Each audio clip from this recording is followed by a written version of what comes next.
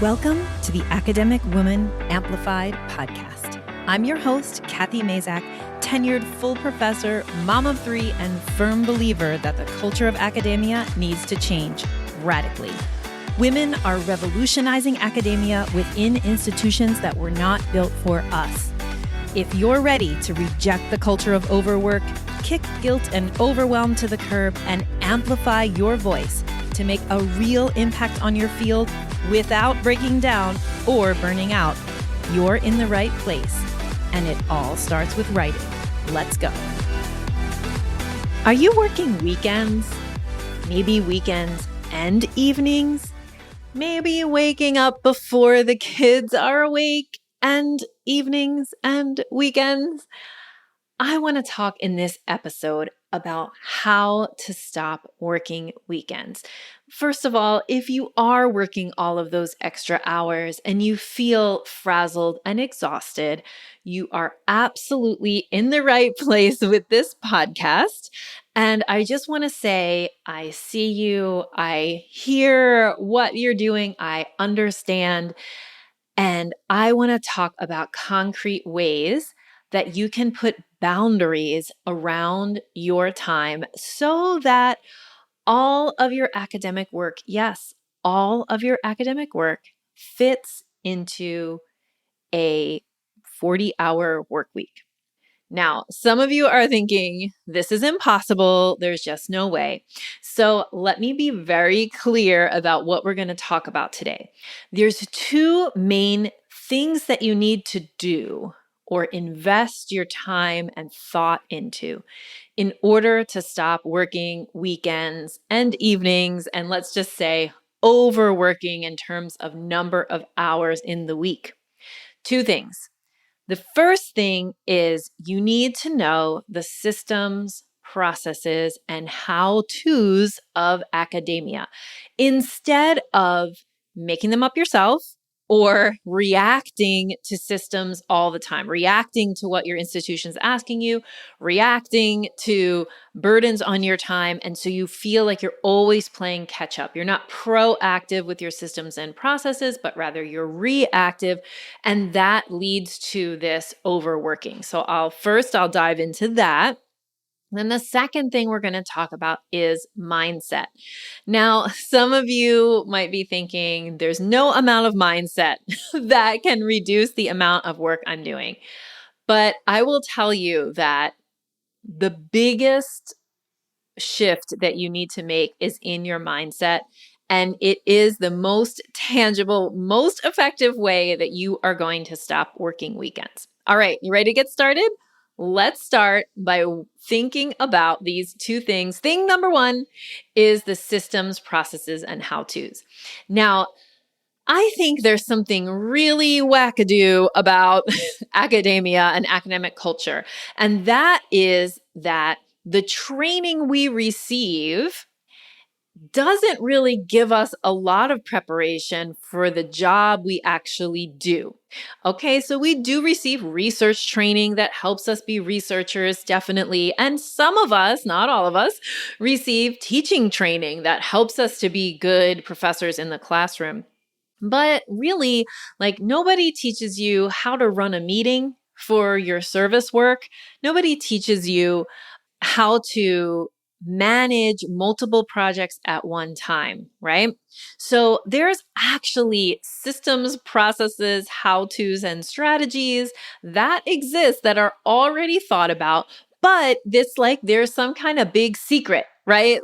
It is like they're a big secret, but I think it's more like we don't have a culture inside of academia of passing those things down, those how-tos. So we don't usually have advisors who kind of pull the curtain on how they're actually getting their writing done, right? We don't know when we're graduate students. We just don't know. How are our professors finding time to answer emails? How are our professors approaching the many, many tasks? How do they make choices about which project gets priority? So because we don't see that as part of our graduate training, we get into our work as a professor and we are making it up. And because we're making it up, we might feel like kind of at sea, and we might feel rather incompetent when it comes to our ability to create the systems and processes and workflows that are really necessary to accomplish the things that we do in our everyday life. And that's why some of us look towards productivity experts or writing coaches or experts around time management because we think, we have a time management problem. We think that the problem lies within ourselves. But really, I want to just say that the problem lies more deeply ingrained in the culture of academia that doesn't put an emphasis on handing down the actual day-to-day how-to of managing your work on a day-to-day basis. We don't talk about that. We don't usually learn it from our advisors. So that's one problem. That's the reason that you don't know how to do anything to solve your too much work problem, except keep throwing hours at it. So I want you to, instead of thinking, I have so much work, I need to work more hours. That seems logical. But what I want you to realize is that if that's your solution, you will run out of hours. There's always going to be more work in your academic career than there are hours in the day. There's always going to be more that you could be doing. So if you think you're going to solve your overwork problem, or the fact that you are assigned too much work, or that you have taken on too much work, if you think you're going to solve that problem by waking up before the kids and doing work at night and working on the weekends, that is a game you will never win. More hours does not solve your overwork problem. So, what will solve your overwork problem? Well, the two things that we're going to talk about today, the systems, processes, and how-tos, and your mindset. All right, so systems, processes, and how-tos. You have the ability to create the systems and processes and how-tos that you need in order to take control of your career and make it fit into a 40-hour work week. I'm going to give you a list of the kinds of processes that you need. And I'm also going to refer you to some ways that we teach these processes inside of our programs and how you can get training for free and for paid on the systems and processes and how-tos part. All right. So, two main areas of developing systems and processes that you need to work on are create writing systems and manage your pipeline. Okay, so let's first talk about creating writing systems. When I say create a writing system, what I mean is create a regular, predictable writing practice. And the place that you should start is episode 2 of this podcast. Okay, so the place to start is Tiger Time. And that is my signature writing system that says to use your best, most energetic hours of the day, the days where you feel like a tiger, rawr, that you can take over the world, not the days, the hours of the day that you feel that way. You're going to use those for your writing time.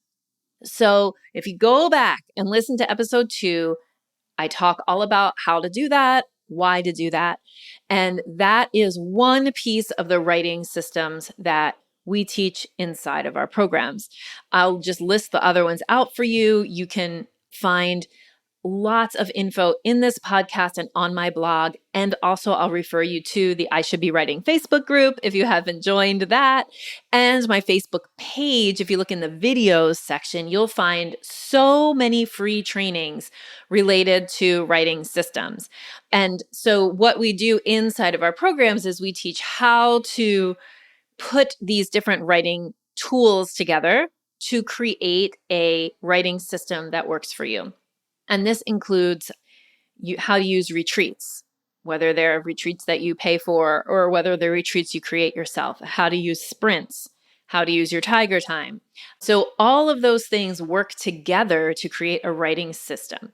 And just a note, coming up soon in April, on April 9th, we are going to be teaching our writing systems, and part of our pipeline planning that we teach inside of our programs, we're teaching live at a workshop in Philadelphia on April 9th. It's called the Write More Workshop, and we will be linking to register if you're in the Philly area or can get yourself there on April 9th. You can learn the ways that we teach writing systems and pipeline management inside of our programs. You can learn that at our one-day workshop. So that's a way to get a little taste of what we do in our larger programs without committing to the larger program yet. Okay, so create writing systems. So you need to have this regular writing practice. It does not have to be an everyday practice, but you need to have something consistent, predictable, and that you can always reignite in case you get off track. So that's another really important part of a writing system. It has to create a positive feedback loop between you and your writing, and it has to be able to be picked back up again in case you drop the ball, because so many things can happen that you get out of your writing system, you drop your writing practice.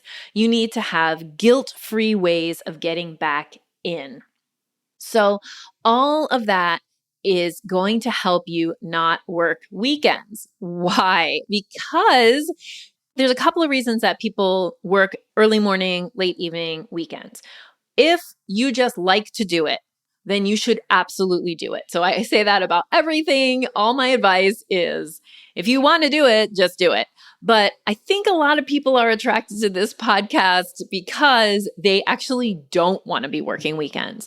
They want to rest on the weekends. They want to be with their families on the weekends and in the evenings and early morning. So a lot of people are doing their writing at those times. Or if they manage to put the writing into the workday, then they're pushing other things out, like, I'm just going to check this email. I'm just going to grade this quiz. I'm just going to do this or that in the evenings or on the weekends, when really they would rather go to work for 8 hours and leave all of that stuff at work, come home and rest and rejuvenate and enjoy their lives. So a writing system gives you a way to place the writing in the workday. And I will also say that I'm a very strong advocate of placing the writing inside of the workday. The reason is because writing is so central to your career. It needs to get your best hours, not the peripheral hours. Writing needs to be centered, not peripheral. If you're doing it super early morning, making yourself wake up before everybody else wakes up so that you can get some writing in, if you love to do that, then that's fantastic. Absolutely do it. But that puts the writing peripheral. That makes the writing peripheral. And I think it's really, really important that the writing happens as part of our workday. All right, so creating writing systems, it's important. The other thing that you need to do, and here's another example of systems, processes, and how-tos, is that you need to have a system for managing your pipeline. So you need to know what all the steps in your pipeline are. You need to know what projects are in the pipeline, and you need to have a systematic, consistent way of identifying what projects to work on. So that's all part of pipeline management. And again, we're actually going to be teaching a lot of that during our one-day workshop on April 9th, which you can register for in the link in the show notes.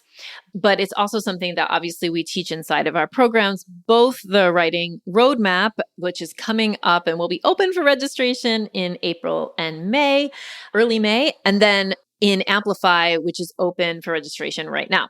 So let's talk about the systems and processes and how-tos of pipeline. So right now, you need to know, and at every moment, you need to know exactly the publications that you have in play. And what I mean by in play is everything that is not in idea stage, that is in partial draft, that data is getting analyzed or collected, or it's in submission. All of those stages, you need to know what is at every stage. because you need to use a systematic way of approaching your pipeline so that you are working on the most important things and you are leveraging the writing systems you've created to move things out of your pipeline. If you don't do that, then again, we have this same problem of like work spilling over. And maybe you're starting to see that it's really about how you think about what work is important. So you need to think like your pipeline and you're managing your pipeline is really important. If you are spending your days doing things, and you never have like, 20 minutes to sit down and assess your pipeline, then you can tend to like let overwhelm just make you spin out in terms of your publications. But if you have a great system for managing your pipeline, you always know what you need to work on next. You always know what project is like on board and what's on deck. And by having that, you do so much less wheel spinning, time wasting, languishing, and that makes your 8 hours that you spend at work a day way more impactful.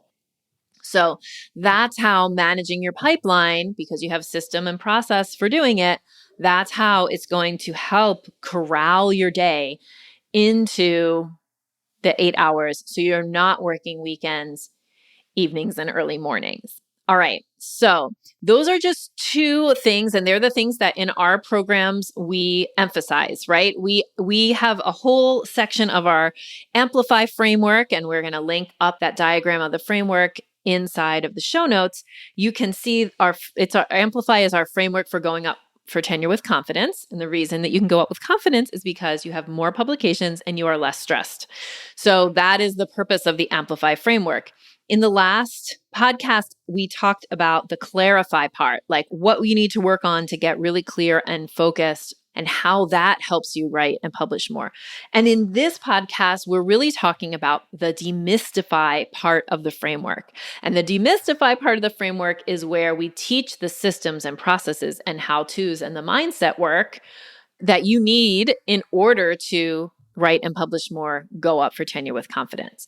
And what happens is, as a side effect of teaching those processes, is that the work gets corralled into a 40-hour work week instead of a 60 or 80-hour work week. All right. Now we have come to the most important part of how to stop working weekends. And that is the second thing that we need to talk about, which is mindset. All right. Your mindset, the way that you think about the work, the way you prioritize it, what you believe about the work that you do is actually way more important than any system or process and is way more important than any other aspect of your career. So what I want you to think about is how you can change your mindset so that you stop working weekends. I'm going to give you some ways to do it. So first of all, one of the things that we work on in my programs, and when I talk about mindset, one of the things that we talk about is boundaries. And by boundaries, I mean you need to understand that you are actually the person in charge of whether you work weekends or not. So you might be feeling right now like, Kathy, that's ridiculous because who would choose to work weekends? I work weekends because I have to. What I encourage you to do is to look at how you are approaching your time and how you are valuing your own time, and look for ways that you can create boundaries around the things that you're doing so that they don't spill over into the weekends. This is going to have some consequences. So that means creating boundaries around your time means you have to say no to people. It means that you're going to have to draw a line in the sand and say, this is what I'm going to do. This is what I'm willing to do. And these things are what I am not willing to do. You need to really have this very clear idea of who you are, the value you bring to your field, and how you're going to do your best work and bring your best value to everything, bring your best brain to the problems you're trying to solve in your research and in your teaching and in your service. That best brain can only function if you are resting sufficiently. And that means you can't be working weekends if what your goal is to bring your best self and your best thinking to the problems, the very important problems you're trying to solve as part of your academic career. And that is a mindset shift. It's a mindset shift to say, actually, in order to work my best, I need to rest my best as well. I need to draw a line and say, after Friday at 5, I'm not checking email until Monday at 8 or 9. In fact, maybe I'm not checking email at all until Monday night or Monday afternoon. So it's really, the mindset piece is really about how you approach what you've been doing. So I encourage you, if you are a person who right now feels like I can't make it work without working weekends, I want you to do a time audit. And time audits are horrible. It is absolutely horrible to do a time audit. Here's what a time audit is if you've never done it. What it is you basically for a week that includes the weekends, you write down everything you did and how long it takes you from 5 in the morning or whatever time you wake up for all of your waking hours. So from the earliest you wake up until when you go to bed. And you write down exactly how much time it's taking you to do everything. The purpose of the time audit is to see, what am I putting in the center of my career? What am I putting in my best hours? What am I putting in my workday hours? And what am I putting in the peripheral hours? And how can you tighten up what you're doing so that you are confining all of your work to a 40-hour week? This includes, so by doing that time audit study, what you're going to find is you're going to have data on exactly what, you know how we always say, like, where does the time go? Well, a time audit is going to tell you where the time goes. So do a time audit and see, like, how many hours a week are you spending grading? How many hours a week are you spending on email? How many hours a week are you spending on writing? How many hours a week are you spending in the lab? And then what I want you to do is think about, are those hours the best use of your time? So maybe hours in the lab, because that has a direct result in terms of your research and stuff, those are hours well spent. Maybe hours writing grants, they have a big payoff. Those are hours well spent. But are you spending hours and hours and hours of your day on email? And is there a way that you could use systems and processes and boundaries in order to reduce the amount of time you spend on email? Similarly with grading, if you are looking at everything and you're like, I'm grading all the time. What can you do? What is within your power to do? What action can you take in order to reduce the amount of grading that you have so that you have the appropriate amount of time to rest and recover, and you can give that grading, when you do it, your very best self? This is all about mindset. It's all about believing that you have the power over your time. It's believing that your time has value. And it's taking action and saying, like, oh, wait, it is within my power to put limits on the amount of time I spend on email. Does that mean that some email is going to fall through the cracks? Yep. That's the way it is. Does that mean that there are some things that other people want me to do that aren't going to get done? Yes, that's what it means. Does it mean that there's some things that people want me to do that aren't going to get done up to my normal standard? Yes, that's also what it means. But that's because what you're doing is you're deciding that I'm not going to work nights and weekends. I'm going to rest during nights and weekends deliberately because I know that that rest is going to have payoff in terms of my productivity during the week. So that's one of the things that is important about mindset. Another thing about mindset that I need you to examine in order to get over the working nights and weekends thing is I need you to think about and really reflect on your deeply ingrained beliefs around what it means to be a good academic. And this is something we do inside of our Amplify program. We really dig into what are those unexamined beliefs that you're carrying around?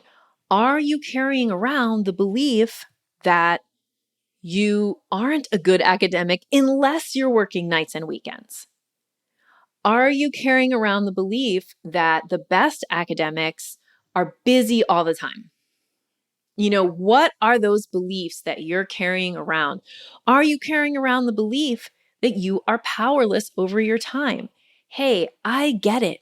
As graduate students, we are a lot of the time, we are powerless over our time because we have these really high stake situations and people are telling us this is what you have to do in order to graduate, right? And it's very high stakes. I use the example of my husband. A lot of the times he was studying animal science at Michigan State, and it didn't matter. Like if it was a holiday, if it was a weekend, didn't matter what time of day it was. If he had to go to the lab and feed the cells, he had to go to the lab and feed the cells. It didn't matter if it was 30 below and he had to walk there from student housing. It didn't matter if it was our anniversary. None of that mattered. If the hour hit and it was time to feed the cells, he had to be in the lab to do it. And if he didn't do that, his project wouldn't get done and he wouldn't graduate. And that's super high stakes. So in a way, I want you to think about that. Are you right now, are you operating under some of these same conditions that were kind of enforced during your PhD program? But now you're a professor, but you're holding on to these beliefs about what you have to do. You have more power over your time than you think, but you have to work through your mindset stuff if you're going to really step into your power over that time. All right. I hope that this podcast helped to demystify how you might stop working weekends. And we do this again to recap through two major things that we need to concentrate on. One is systems and processes and how-tos, like writing systems and pipeline management. And the most important one is the mindset shift that you need to make in order to take control of your time and act from a place of power over your work scheduling. In the end, it is a job. I know that so many of you are like, it's my calling and I would do it for free because it makes me so excited. And that's fantastic. But it also is a job and it needs to fit into a work week. And in order to do that, you need to have the systems and processes and have the mindset that can corral your work into a week, because if you don't, you will burn out. And I talk about burnout so much on my podcast, but it's because I see it happening. You need to believe. And what I want for you is to believe and understand that if you don't rest, you won't bring your best self to the work. And the world needs your best self doing the work. All right, that's the end of our podcast. I'll just remind you before I sign off that if you're interested in doing some of this work with me in person, then I invite you to come to the Write More workshop on April 9th in Philadelphia. The registration page is linked in the show notes. And also, I'll remind you that the Amplify pre-tenure program for going up for tenure with confidence is open for enrollment. And we will also be linking the application in the show notes. If the things I've been talking about in last week's episode, this week's episode, and in next week's episode are interesting to you. They are all the things that we work through in our Amplify program using the framework that you can see in the show notes. Have a wonderful week. Talk to you later. Thank you so much for spending your valuable time loving on yourself and your writing by listening to this episode. If you'd like to continue the conversation, join the over 7,000 academic women in the I Should Be Writing Facebook group. Just go to facebook.com/groups/I Should Be Writing or search for I Should Be Writing inside your Facebook app. See you inside.